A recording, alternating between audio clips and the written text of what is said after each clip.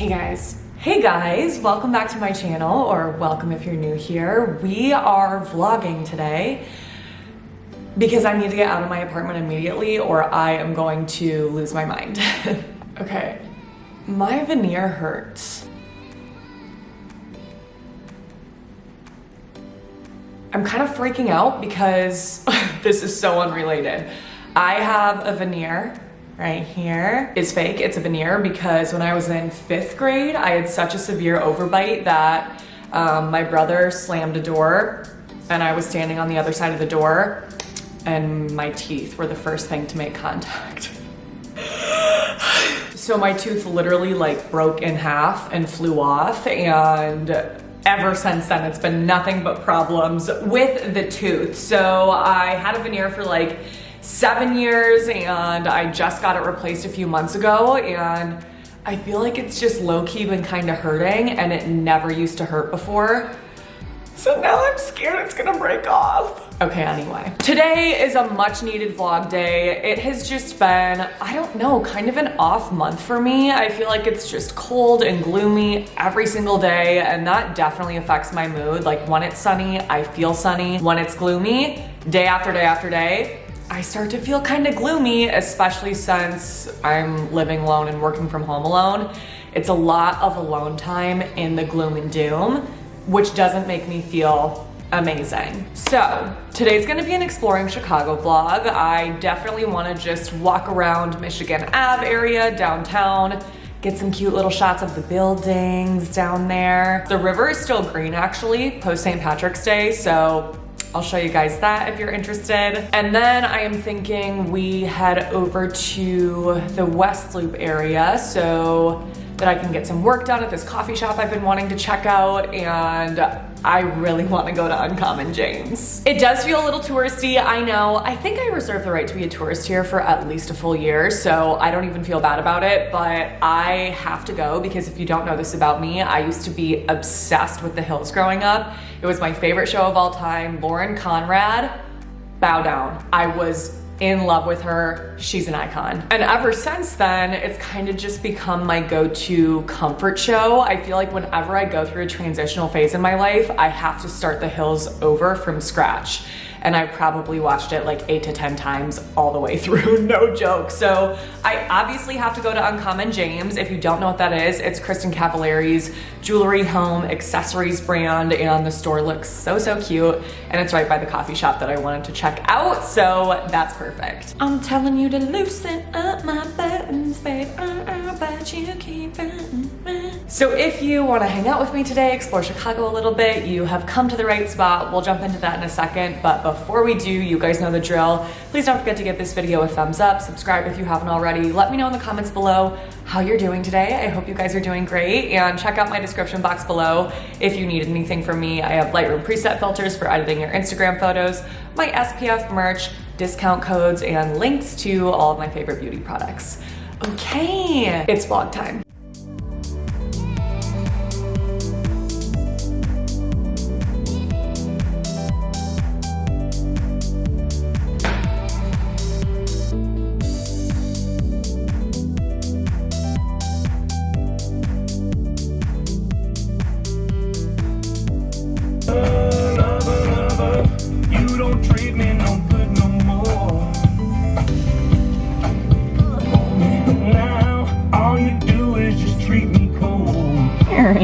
What are you guys still doing in here? Come on. Parking secured. We are in the West Loop. Sun! I love it. Okay. I need a matcha, I've decided. Can't do more coffee or I won't fall asleep tonight.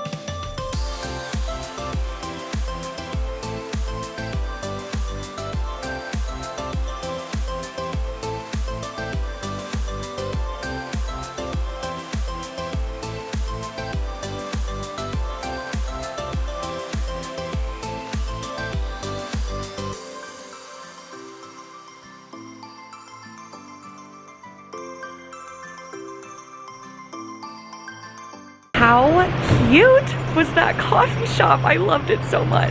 Okay, got some editing done. Now let's go find Uncommon James. I really want to get some gold rings because that is my obsession lately. I usually don't really wear jewelry, but I've been into gold rings, so we'll see. Maybe a gold necklace? I don't know.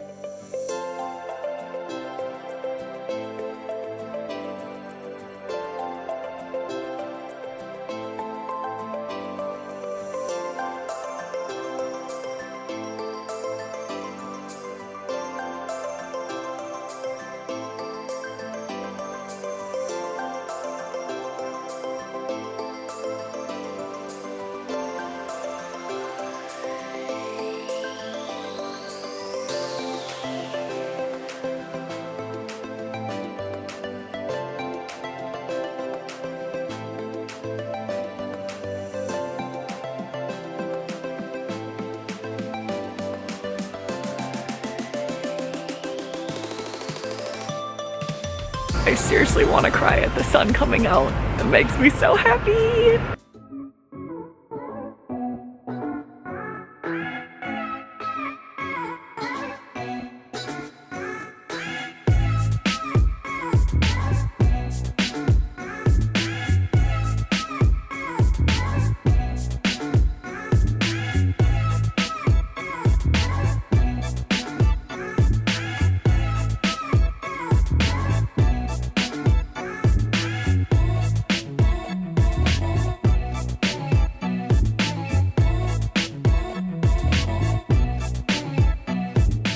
Why is this parking garage on such a steep hill?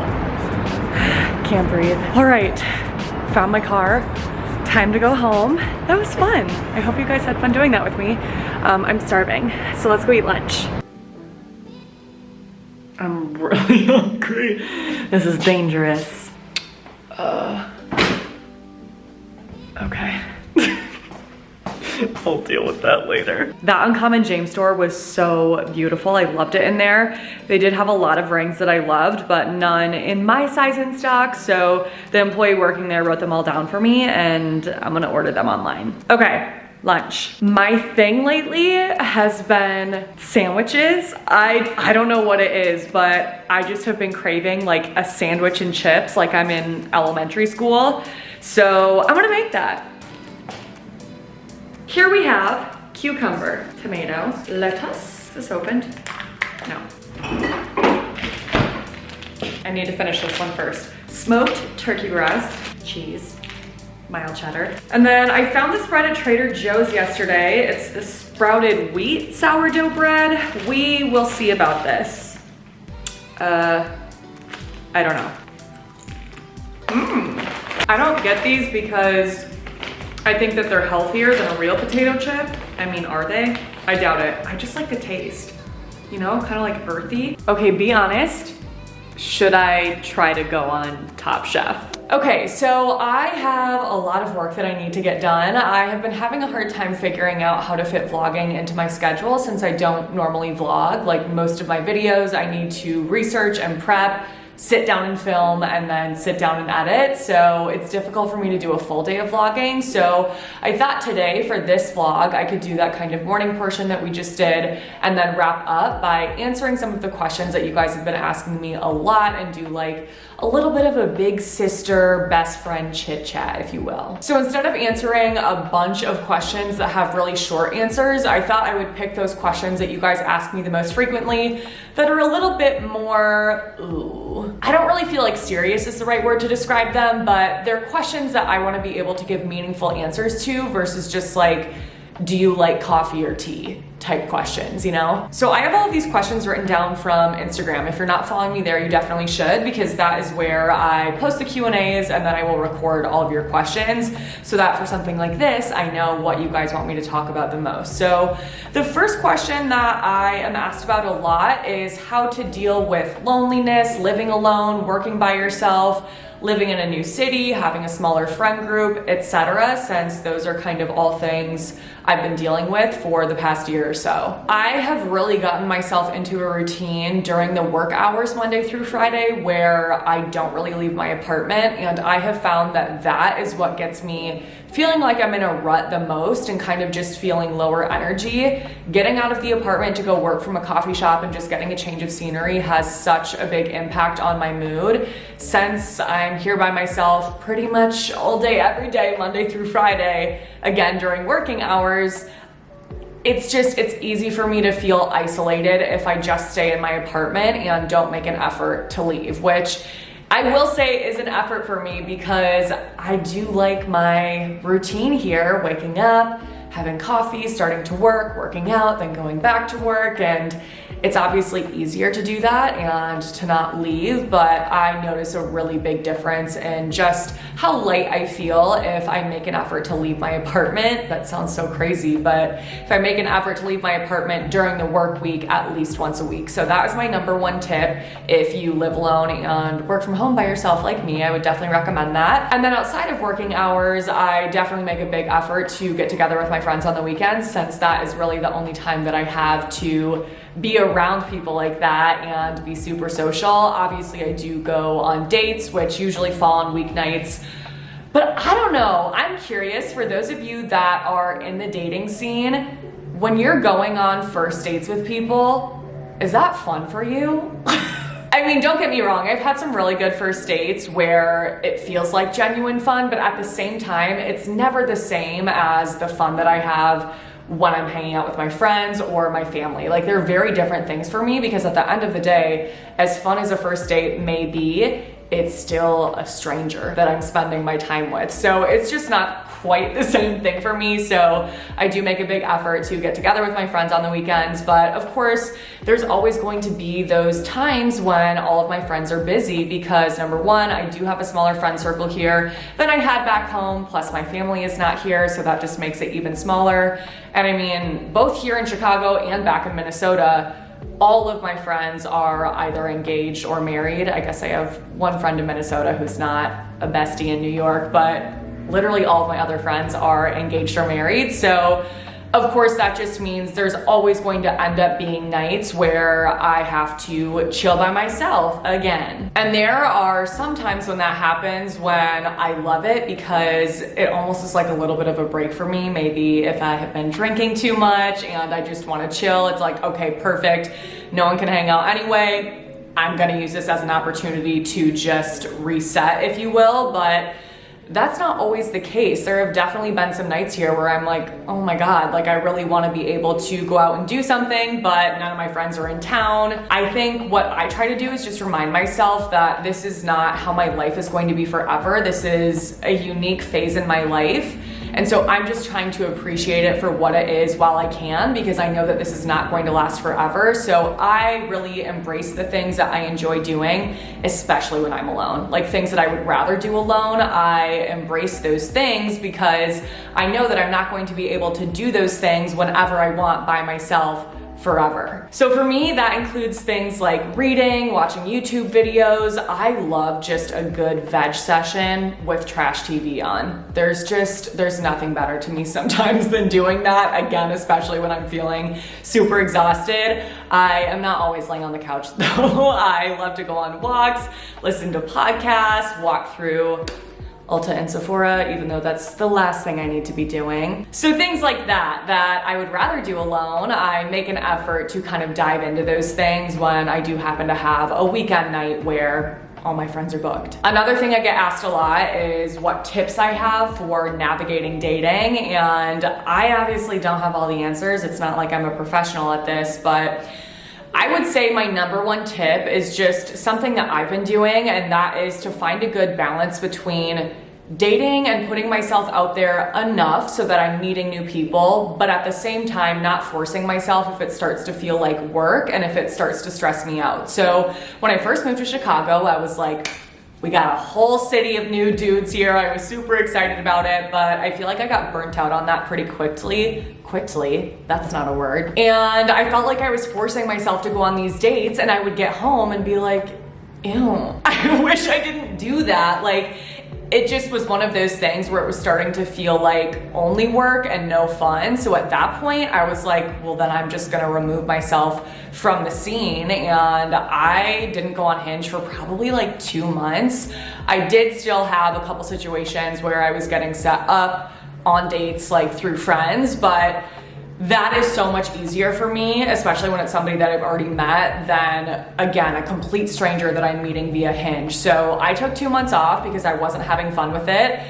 And that was a great decision for me. I just did my own thing, and I would definitely recommend doing that, because I don't think, you know, if you're feeling like it's work, I don't think that that is the best headspace to be in to meet somebody new and have it be successful, if that's what you're looking for. So finding that balance has been important for me, but again, at the same time, I am still trying to make an effort to put myself out there, because, I mean, if I had it my way, I wouldn't go on any dates. Especially when you're in those beginning stages with someone on the first, second, third date. Those dates will often fall on a weeknight, and I just feel like it disrupts my life so much. So I do have to force myself a little bit. So one example is I was supposed to go on a double date the other week, and it got canceled because my friend ended up having plans.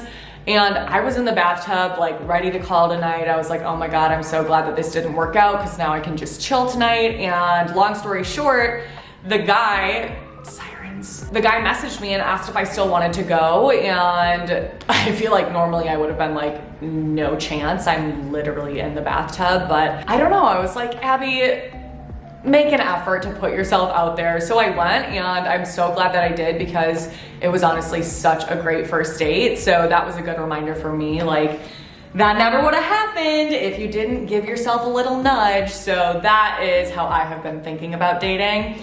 I would say, aside from that, my other big tip, again, just based on what I have been doing, is, how do I want to say this? My tip was going to be to figure out what you are willing to put up with and what you're not willing to put up with, really before you even start dating. But as I'm saying that, I realize that I'm able to say that because of my age. Whereas when I was in my young 20s, there's no way I really knew what I was and wasn't willing to put up with in the way that I do now. And the only way that I was able to figure that out was through dating. So if you're younger, you just gotta keep trucking along, and you will figure it out as you get older. But for me now, because I'm in my late 20s, I'm gonna be 28 in a few months, I don't need to spend time figuring those things out anymore, if that makes sense. Like, I already know what I will not put up with, and I know what I look for in a potential future partner.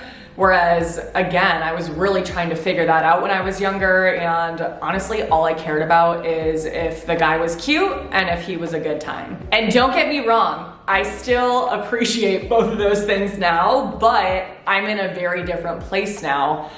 If there were red flags when I was younger, I mean, yes, there are certain red flags where no matter what, it's a concern. But if things came up when I was younger, I just didn't really care, because I was nowhere near an age where I was going to be getting married. Whereas now, obviously, being closer to 30 than I am to 25, I'm a lot closer to that stage of my life than I ever was. So if that cute boy who's a lot of fun has a bunch of red flags or starts acting in a way that I know I'm just not down to tolerate, I will cut it off right away. So I'll give you guys an example for me that actually happened to me very recently. Because I am in that stage in my life where I'm a lot closer to marriage, that actually makes me much more hesitant to be serious with somebody, or be exclusive with someone, I should say. I need to take things really, really slow in dating anyone to figure out if we would be a good match, because I'm not about to get myself in a situation where I'm married and I hate my life. You know what I mean? So I had been on a couple dates with somebody, and the dates were great, but at the same time, I was feeling basically immediate pressure to have things be serious, and it was a lot all at once. So I let the person know, like, you seem great, I've had a lot of fun getting to know you, but at the same time, I want to take things slow. I have been feeling some pressure. I'm just a little overwhelmed. And I was hoping that me saying that would just reel things back a little bit, make them go at a little bit more of a normal pace, but unfortunately that's not what happened. And I feel like things honestly escalated even more after that. So that's what I mean. Like, I knew because I told them what I need and they were not able to meet that I had to cut things off. I was like, this is never gonna work because I simply cannot marry you 3 days after I've met you. Okay, the next question is how to deal with a friendship breakup. And friendship breakups are so hard. I went through this in my mid-20s and it was a situation that really hurt me because this person was like a sister to me. We were so close and unfortunately had a pretty big falling out. And I felt hurt and sad and angry and betrayed and all of these things all at the same time. So we actually did try to kind of like patch things up at first, but emotions were just too fresh on both sides and it wasn't productive. I mean, the conversation wasn't heated, but it just, neither of us were in a place to move forward from that, and I think that that's okay. So what I would say is, if you're in the beginning stages of that friendship breakup and feelings and emotions are still really fresh, if you still feel really hurt and angry, I don't think there's anything wrong with just waiting until those feelings have simmered out a little bit, because I think you're much more likely to get a better, more productive outcome if you wait than if you try to fix it right away, because you may like patch things up on the surface, but if those feelings are still there, it could just explode in a bigger way later. So we honestly took like 2 years apart, and during those 2 years, the anger and hurt that I felt really started to fade away. And all that was left was me just feeling bummed that I had lost this person in my life who, again, I thought of like a sister. I got to a point where I realized I don't feel angry anymore and I actually don't even care about what happened anymore. I'm not looking for an apology. It doesn't matter. It's been so long. I would just really love to patch things up. And I think that's a place that you want to be if you are trying to have that productive conversation to mend a friendship. So that's when I knew, you know what, like I can reach out. I don't know how this person's going to feel. And I was fully prepared for her to be like, you know what, no, like it's been so long, I don't have an interest in being friends anymore. But it was worth it for me to reach out to see, and thankfully she wanted to meet up, and she was also in that same place as well, where she just was like, this doesn't matter anymore. It's been so long. So I'm so glad that I did that. Don't be afraid to put yourself out there. Swallow your pride a little bit if you have to. Be willing to apologize for whatever your part was in it and actually mean it. If you can't apologize without meaning it and without needing an apology in return, I think it's probably too soon to talk. Okay, last question is something that I'm asked all the time, and it's what tips I have for going through breakups and moving on from a relationship that didn't work out. And again, the way that I handled my last breakup, being in my later 20s versus how I used to handle breakups in my early 20s, night and day different. When I was younger, I used to just start dating the next guy, try to distract myself right away, and that is obviously not the healthy thing to do. I think just because I've always been super independent, I don't know if I wanted to prove it to myself or what, that I was, you know, gonna be fine living alone and look, I can just do this right away, no problem. But that was really hard for me to do at first. I don't even really know why, but I feel like I was forcing myself to just sit in it alone, like sit in it as in sit in the post-breakup feels. And I remember my mom texting me like, you need to come home. This is not right. This is not the healthiest decision for you. You need to be with your family and people that love you. And I was trying to be like, no, I'm fine. Everything's fine. I will honestly probably never forget this day for the rest of my life, but I had an engagement party to go to, and it was right after the breakup. It was very fresh, and that obviously is not the best place to be in when you are brand new single and dealing with the emotions post breakup. So I went to this engagement party. I got home to my apartment where I was living alone for the first time. Things are super quiet. I'm not used to that. It's just all, those beginning stages just feel so weird. Like I felt like I was living in someone else's life. I can't even explain it. It's like an out-of-body situation, but I obviously was so sad, and I just remember getting into bed at like 4:00 p.m., which I never do. And the part of this that I will never forget, it just gave me chills, because it's one of those moments where I just felt so grateful for my family. But my sister called me, and I was in bed just sobbing. I was crying so hard I couldn't even get words out, and she just sat on the phone with me while I cried, and she was like, we're coming to get you. So my sister and dad drove downtown to get me, and I needed to be able to bring my car home, but I just wasn't really in the state to be driving. So I can vividly picture this. It was dark out, my sister got out of the car, got into the driver's seat of my car, I sat in the passenger seat, and she was like, do you want to talk about it? And I was like, no. And she's like, okay. And she just put on My Favorite Murder, which is our favorite podcast, and we just listened to it in silence the whole drive home. And my dad then was just like driving his car basically right next to us, and that's what gives me chills, because that's just always going to be one of the most meaningful moments of my life, because my family just was like, we freaking got you. And so the reason why I even say all of that is because then I went home and I lived home for about a week, and that is exactly what I needed to do to be able to then heal by myself after in a healthy way. Like, I just needed that week with my family because it made me feel so much better to be with the people that love me the most. So that is the number one tip that I have if you're in those really, really, really fresh post-breakup feels.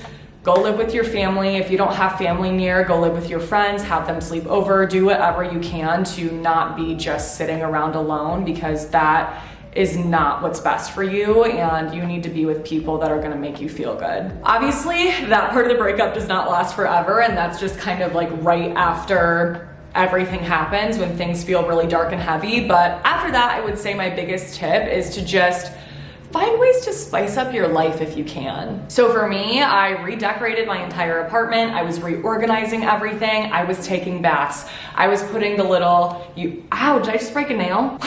The like ambiance YouTube videos on my TV with a book. I was cooking and going on walks. I was reading while I would go on walks. I was having like a full-on main character moment, and it was the best thing ever. So instead of keeping myself busy with a new relationship, I kept myself busy with things that would enhance my life. You know? I feel like that got a little bit heavy. I did not mean for it to. And, you know, as much as I am moved on from that phase of my life, again, like, there's always going to be moments that came from that I will never forget, that will stick with me forever, because they just meant so much to me. I have moments like that with my friends too, that I'm like, I'm gonna hold on to this and cherish this forever. That is it for this video. Now I feel weird ending it after that, but those are the big questions that I wanted to touch on, and we'll wrap this up here. So if you guys enjoyed the layout of this video, how we did kind of like a chit chat plus a vlog, let me know in the comments below if you would like me to do more. I am definitely down. If you enjoyed the video, please don't forget to give it a thumbs up, subscribe, click on that notification bell, and send my channel to a friend. Thank you guys for watching. I love you so much. I'm giving you a big hug. If you're feeling lonely, if you just went through a breakup, anything. Hugs from your big sister. Or maybe your daughter, because I see a lot of comments from you saying that I'm the same age as your daughter, which I love. So stay tuned for my next video. It will be up in a few days, but until then, I hope you have a great few days.